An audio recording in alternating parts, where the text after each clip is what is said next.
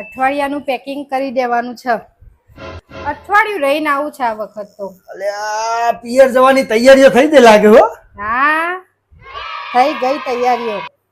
પણ મને એક વાતનું કન્ફ્યુઝન છે કે હું કાલે કયો ડ્રેસ પહેરું, આ પહેરું કે આ પહેરું? આ પહેરી દે.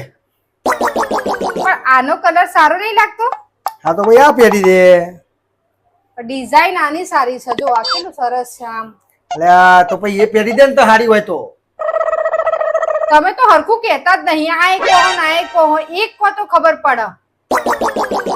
રહેવા દો, તમારથી કશું નહીં થાય. હું તો આજ પહેરું, મને તો અમે આજ સારો લાગે છે. જો તારા પહેલાથી જ નક્કી હતું તો પછી મારો કામ મોથો ખાઈ હતું. મને ખબર હતી તમે નહીં ચોઈસ કરી શકો એટલે મેં પહેલાથી ચોઈસ કરીને જ રાખ્યું. તો પછી મારી કહો મેથી માર્યું હતું. મહિનો વધારે રહેજે પિયરમાં, હાલ આવતી નહીં પાછી હોય.